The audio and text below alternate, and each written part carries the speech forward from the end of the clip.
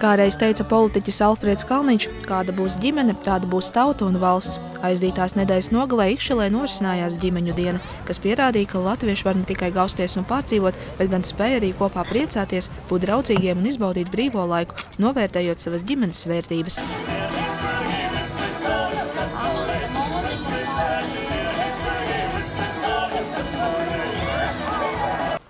Ģimeņu diena aizsākās ar ratiņu parādi, kurā vecāki varēja pielietot savu iztēli, jo vienīgais noteikums bija, ka ratiņiem jābūt interesanti izrotātiem. Vakar ejot naktī mājās, man iešāvās prātā, ka man ir 2 maisi ar bērnu mantiņām, tikpat cik mums viņi ir vairāk bērnu. No visiem arī ir palikuši. Tā es ņēmu striķīti un visu arī apšuvu. Es domāju, kas mums asociējas ar bērnību, un ar bērnību asociējas pasakas. Un mūsu ģimenes viena no mīļākajām pasakām ir pasaka par īkstītu. Mēs sapratām, ka mums ir arī pašiem sava maza īkstīta. Un domājot par šo ratiņu parādu, nekas cits mums neienāca prātā, kā vien realizēt pasaku par īkstīti. Ļoti vienkārši. Tas ir no kāzām. Un tad, kā pirmzimtajiem, tad viņam pienākušiem par gultniši tā ir izdekorēta. Jā, tad tas sargā viņu visu laiku, gan pa naktīm, gan tagad arī, jā. Savukārt Estrādē norisinājās Ikšķeles noda bērnu amatieru kolektīvu dziesmu un deju koncerts Sirsniņa ģimenei. Es domāju, ka tas ir ļoti, ļoti skaisti, jo taču ģimene tā ir mūsu bagātība patiesībā.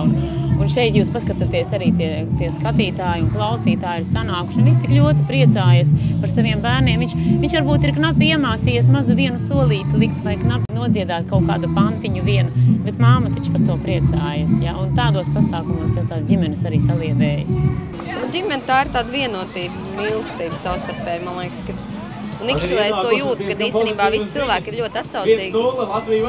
Dakteri, es nezinu, skolā, bērndārzā. Tā ir ģimene, man liekas. Savukārt īsas ģimenes trakulības norisinājās Pļaviņā pie kultūras nama. Tur ne tikai bērni, bet arī vecāki varēja pārbaudīt sevi, spēlējot golfu vai ripinot mūcas, tādā veidā atbalstot viens otru gluži kā ikdienā. Tāpēc, ka tie ir ģimenes svētki un mēs atpūšamies, mēs šeit dzīvojam, mums patīk. Ģimenes svētki tas ir. It kā atkārtojam to pašu, ko kādreiz paši darījuši, esam dancojuši un priecājušies, un tagad mācam savus mazbērnus, bērnus un mazbērnus.